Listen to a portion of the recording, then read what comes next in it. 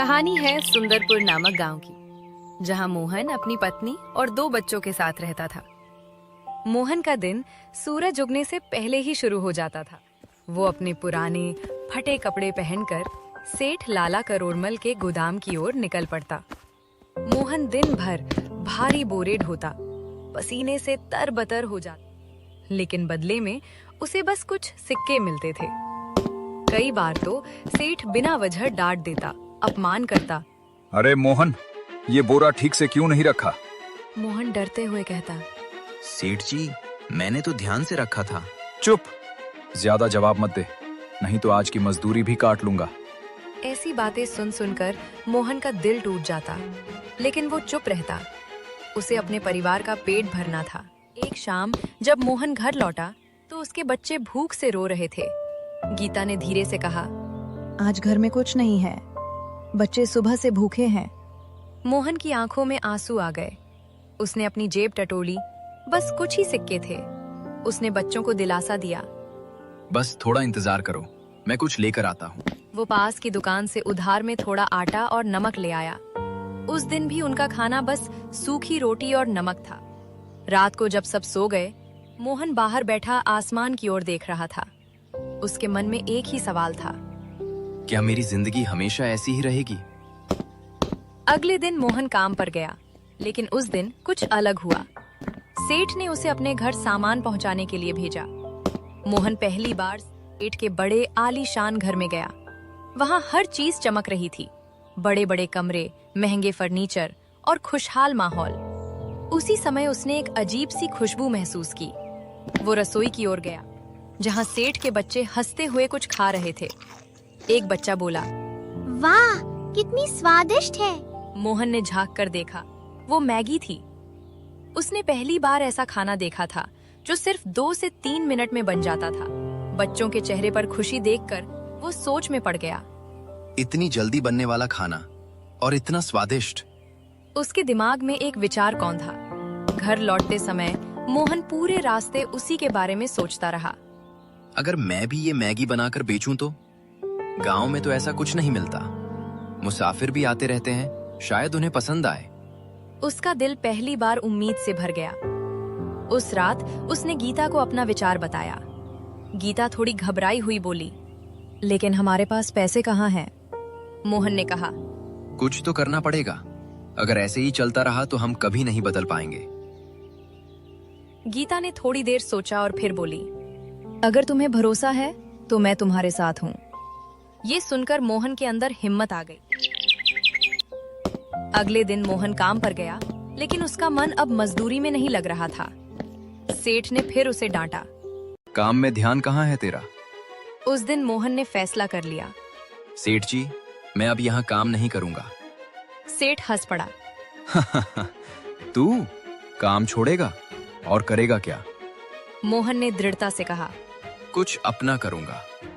सेठ ने तिरस्कार से कहा, जैसी तेरी मर्जी, लेकिन याद रखना, बाहर दुनिया इतनी आसान नहीं है। मोहन ने बिना कुछ कहे वहां से निकल गया। उसके कदम भारी थे, लेकिन दिल में एक नई आग जल रही। अब सबसे बड़ी समस्या थी पैसे। मोहन ने गांव में कई लोगों से मदद मांगी, लेकिन सबने मना कर दिया। आखिरकार उसने अपने घर का एकमात्र कीमती सामान, गीता के चांदी के कंगन, बेच दिए। गीता की आंखों में आंसू थे, लेकिन उसने कुछ नहीं कहा। मोहन ने कहा, ये सिर्फ शुरुआत है, मैं तुम्हें इससे भी अच्छे कंगन दिलाऊंगा। मोहन ने उन पैसों से एक पुराना ठेला खरीदा। उसने उसे खुद साफ किया, रंग किया और उस पर एक बोर्ड लगाया, मोहन का मैगी पॉइंट। उसने कुछ बर्तन खरीदे, गैस सिलेंडर लिया, थोड़ी मैगी का स्टॉक रखा। जब वो सब तैयार कर रहा था, गांव वाले उसे अजीब नजरों से देख रहे थे। ये क्या कर रहा है मोहन? विदेशी खाना बेचेगा? गांव में ये नहीं चलेगा। लेकिन मोहन ने किसी की बात पर ध्यान नहीं दिया। अगली सुबह मोहन बहुत उत्साहित था। उसने ठेला गांव के चौराहे पर लगाया। पहला ग्राहक आने का इंतजार, दूसरा, तीसरा, लेकिन कोई नहीं आया। कुछ लोग पास आए, देखा और हंसते हुए चले गए। ये क्या है? नूडल्स? ये तो शहरों में चलता होगा। हम तो रोटी सब्जी ही खाएंगे। पूरा दिन गुजर गया। एक भी प्लेट नहीं बिकी। वो ठेला लेकर चुपचाप घर लौट आया। घर पहुंचकर वो चुपचाप बैठ गया। गीता ने पूछा, आज कैसा रहा? मोहन की आंखों में आंसू आ गए। एक भी प्लेट नहीं बिकी। गीता ने उसका हाथ पकड़कर कहा। पहले दिन ही हार मान लोगे? मोहन ने सिर उठाया। नहीं, मैं हार नहीं मानूंगा। उस रात उसने बहुत सोचा। लोगों ने कभी ये खाया ही नहीं, उन्हें इसका स्वाद कैसे पता चलेगा? और तभी उसे एक नया विचार आया। अगर मैं उन्हें मुफ्त में चखाऊं तो? उसके चेहरे पर हल्की मुस्कान आ गई। हाँ, यही तरीका है। अगले दिन वो फिर से ठेला लेकर चौराहे पर गया। इस बार एक नई उम्मीद के साथ। वो जोर से बोला, आज सबको फ्री में मैगी चखने को मिलेगी। पहले खाओ, फिर बताओ कैसी लगी। लोग रुक गए। कुछ ने एक दूसरे की तरफ देखा। एक बूढ़े आदमी ने पूछा। फ्री? मोहन ने मुस्कुराते हुए कहा। हाँ, बिल्कुल फ्री। तभी एक छोटा बच्चा आगे आया। उसने मासूमियत से पूछा। भैया, सच में फ्री है? मोहन ने प्यार से कहा और उसे एक छोटी प्लेट में मैगी दी। हाँ बेटा। बच्चे ने जैसे ही पहला कौर खाया, उसकी आंखें चमक उठीं। वाह, बहुत स्वादिष्ट है। उसकी आवाज सुनकर आसपास के लोग भी रुक गए। अब धीरे धीरे और लोग आने लगे। हमें भी चखाओ। देखे तो सही, इसमें ऐसा क्या खास है? मोहन समझ गया कि यही सही समय है। उसने ऊंची आवाज में कहा। अब जो खाना चाहे वो सिर्फ 10 रुपए में पूरी प्लेट ले सकता है। लोगों ने बिना सोचे पैसे निकालने शुरू कर दिए। मुझे एक प्लेट देना, मुझे 2 देना। मोहन तेजी से काम करने लगा। उसके हाथ चल रहे थे और दिल खुशी से भड़क रहा था। वो मन ही मन सोच रहा था, मैं कर सकता हूँ, मैं सच में कर सकता हूँ। भीड़ लगातार बढ़ती गई। लोग अपने दोस्तों और परिवार को बुलाने लगे। जल्दी आओ, यहाँ बहुत स्वादिष्ट मैगी मिल रही है। सिर्फ 45 मिनट में उसका पूरा स्टॉक खत्म हो गया। मोहन कुछ पल के लिए खड़ा रह गया। उसे यकीन ही नहीं हो रहा था। अगले दिन जब वो फिर ठेला लेकर आया, तो पहले से ही लोग उसका इंतजार कर रहे थे। अब कोई उसका मजाक नहीं उड़ा रहा था। मोहन भाई, जल्दी बनाओ।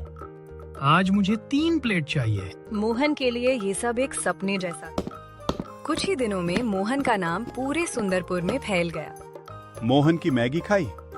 नहीं? तो जरूर ट्राई करना। उसका ठेला अब गांव का सबसे पसंदीदा ठिकाना बन चुका था। उधर सेठ लाला करोड़मल को जब ये सब पता चला, तो उसका चेहरा गुस्से से लाल हो गया। उसने गुस्से में कहा, एक मजदूर और इतना आगे? उसके मन में जलन और घमंड दोनों थे। सेठ ने गांव के दुकानदारों को बुलाया। उसने धमकी दी, जो भी मोहन को सामान देगा, उससे मैं कारोबार बंद कर दूंगा। दुकानदार डर गए। अगले दिन जब मोहन सामान लेने गया, तो सबने मना कर दिया। एक दुकानदार बोला, माफ करना मोहन, हम मदद नहीं कर सकते। मोहन का दिल टूट गया, लेकिन इस बार वो रुका नहीं। उसने खुद से कहा, अगर यहाँ नहीं मिलेगा तो कहीं और से लाऊंगा। अगली ही दिन वो पास के शहर गया। वहां से उसने सस्ती कीमत में ज्यादा मैगी खरीद ली। अब उसने कुछ नया करने का सोचा। Masala Maggi, butter Maggi, special Maggi. लोग और ज्यादा आकर्षित होने लगे। जब गांव वालों को सेठ की चाल का पता चला, तो वे मोहन के साथ खड़े हो गए। हम तुम्हारे साथ हैं। तुम बस मेहनत करते रहो।